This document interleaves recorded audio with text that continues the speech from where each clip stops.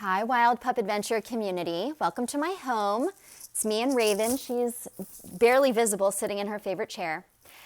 Recently, we have done a little overhaul and kind of self-reflection all about things that our clients know or don't know about things we do on adventures and ways that we make your dog's experience the best possible. And we realize like a lot of you just don't know about so many things that we do.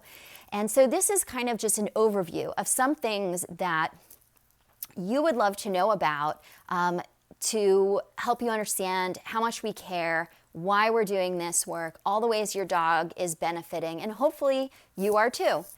Number one, love your dogs. I think that's something that really makes us special and unique because at least my experience in the world of work with animals, it tends to be very like corporate-y and kind of disconnected from the actual animals themselves, the beings that, you know, are feeling and experiencing and sensing and are wanting connection and wanting relationships. And we don't see our wild pups as like, you know, I don't even know what we don't see them as because I can only describe what we do see them as. The way I see them, and I know Emily feels the same, is they're my friends. They're my pups. When people that I pass on the trails say, "Are those all your dogs?"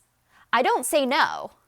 What I say is, for 1 day a week, or 2 days a week, or 3 days a week, or whatever it is, for 1 day a week, yeah, they're my dogs. And I love every single one of them as my own. I understand them, I watch them and observe them, I talk to them, I kiss them and hug them. They are my friends, and I think it's very rare to find a business that has that philosophy and, more importantly, takes those actions that express that kind of feeling. When our dogs retire or if they move away, like we really miss them. And I think it's one of the biggest gifts that we give to our dogs is to treat them that way and to consider them in such a way. For me, as a longtime vegan and vegan animal activist, I take that really seriously, that every single sentient being deserves to have a good life and to be loved and to be honored as someone who is communicative and has preferences, has likes and dislikes, has ways of being in the world, and just is an individual just like I'm an individual. And just because they're a different species, so what? So that's number one. You know, we love them and we treat them as such. The second thing that I really want to express, because I think it's just so important, and I have like 6 things that I reflected on about, I think, gifts that we give and ways that make us different. And some of them are touchy-feely and philosophical and, you know, based on values.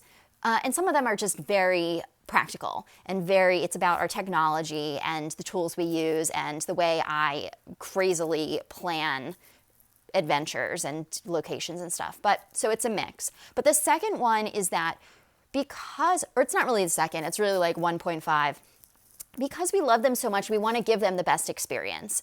Part of the reason why I love doing this work and all that I really want to do is because it's so meaningful to treat another being that in society is often treated as less than, to say, you matter, your life is valuable and you deserve to have a great life. I see you as a full being that has feeling and pleasure and has desire to have an awesome life. And the things that you value to make your life pleasurable, I'm going to help you experience that. And so for dogs, it's like getting all excited to go somewhere. It's going somewhere new. It's sniffing, all the things you can sniff. It's running and exercising. It's being spontaneous. It's playing with your friends. It's having friends that you see on a weekly basis. It's being with humans that love you. It's good communication. And being honored for the ways that you communicate, and having healthy ways to communicate between human and animal. And so I think, that's a super special thing. Like, we don't just do this to make money or something. Like, we do this because we see ourselves as having an opportunity to help create a life worth living for dogs. And for each individual who we love, we see how much fun they're having, how much they're getting out of it, and we get so much out of that because we care so much. The next thing, and this is really number 2, is that Emily and I have a really intense, innate, empathetic, natural ability to understand dogs, to understand dog psychology, to create environments that they feel comfortable in and safe in, to help them to overcome fears or anxieties, to help them meet training goals that you might have for them, to create packs that are compatible, they all get along well, they're balanced, but also to push the dog's comfort zone a little bit in healthy ways so that they grow and so that they learn. So dogs that might have anxieties before, after doing this for a while, they start feeling totally comfortable. And so I think that understanding of just how dogs are and how to help dogs is a true gift that Emily and I both have and that we're able to share. And I don't think that all the people that work in the pet industry have that ability. I think it's actually very rare. The other thing is that we have a very serious commitment to safety and wellness for the dogs. And so it really goes above and beyond what your typical person might do with dogs. Even the people that, offer various other types of outdoor activities with dogs. I think we have a knowledge, especially for me, I feel that my awareness of medical issues, being a first responder and having the wilderness and outdoor experience that I have, it raises the level of my concern for preparing correctly, for being ready for whatever might occur.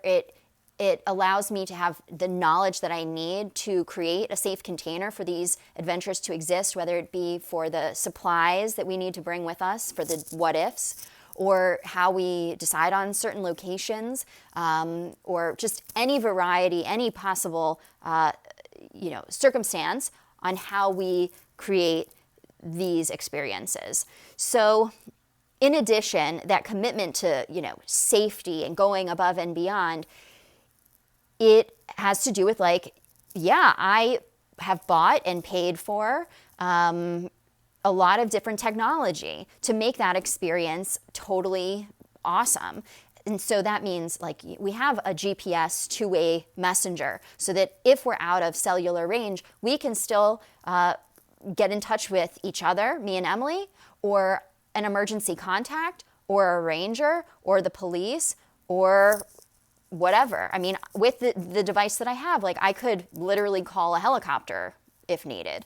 And also paying for and applying and really utilizing a dog GPS collar, one for each pack, to have systems within our vehicles if anything were to happen. And also little things sometimes we might put a bell on a dog if we're not sure that we can totally trust them or something, so we'll put a bell so we can hear them. I had bandanas printed with my phone number. We put it always on the new dogs. And just various other things, like how we train the dogs to understand commands that we use to keep them safe while on adventure. And these are commands that are specific to the work we do with them. So we train and teach all of the dogs in our packs to respond to us when we give them these specific commands. The third thing is that we have access to these epic locations that nobody else knows about. And that's possible because I'm such a dork. When it comes to finding wilderness places where we're not going to find other people or dogs often, there are places that we go where we do interact with the public, but we try to minimize that as much as possible. It always, there are pros and cons to every location we go to. But really, I've found through all my secret methods, these places that we can go that are super epic, and it's all ours. And really, there's absolutely no service that I know of in the Portland area that plans to the extent that I do, and that takes dogs to locations that are so gorgeous, so fun, that have the dogs able to do all the activities that they love most. One day we could go to the coast, another day we could go to Hood River, one day we're going to go to Mount Hood, another day we're going to go to the Wilson River, another day we're going to, you name it, we're all over the place, and there's absolutely no one that offers that kind of variety and epic experience. And that being said too, the mileage. So one of our clients said to us, because they have experience with other companies, they're like, yours is like the upper echelon of services, like what you guys, all the things you give. And they said, when the dog comes back from your adventures, they're really tired. But the others, they're not really. And the reason is we go on average, like the dogs go like between 8 and 14 miles each day. That's a lot. They get really, really good exercise, just the right amount for most dogs. We only take the ones that fall within that category of that's the right amount for them. Next is, of course, our desire to give you a good experience as our human clients. We really care about you guys. You're part of our community. Part of the way that we show that is by doing things where we do some community type engagement and support of each other. So for example, we've raised money to donate to different dog rescues. So for my birthday, I think last year, I raised over $1,000 to give to a local rescue, and we were able to pay for their car insurance for the whole year. We raised money to bring foster dogs with us for free. And we've done a great job in our community of allowing for a few dogs to join us for many months at a time. We have raised money, especially at the beginning of COVID when people lost their jobs, for our community members who were single parents and lost jobs and still wanted to send their dogs with us. And we still have money to support people in need for that reason. And so we try to break the mold of this capitalistic system of what having a business and working looks like. And we try to be more creative in ways to kind of balance the scales a little better so we can all help each other. And I think as well, I don't know of other businesses that do that. Part of my dream is to really create a template for an inspirational, new, and different possible way to have business in our world. I think we're at a time of a great rethinking of all structures and of all ways that we live as humans on Earth. And this is just one of them. It's how do we work in such a way that we are living by our values, and we are, acting in accordance with our gut sense of how we should be living on Earth. And so we really try to put that into practice and put that into action as much as we can. And the last thing is we provide crazy good, I think, videos and photos so you can see what your dog is experiencing. And I'm very excited soon to hopefully get a new camera, a new phone. For myself, Emily already has a good one, and it'll be even better. And I'll be fixing the drone sometime soon. I did crash it. Thanks for tuning in. Let me know if I can be of support in any way.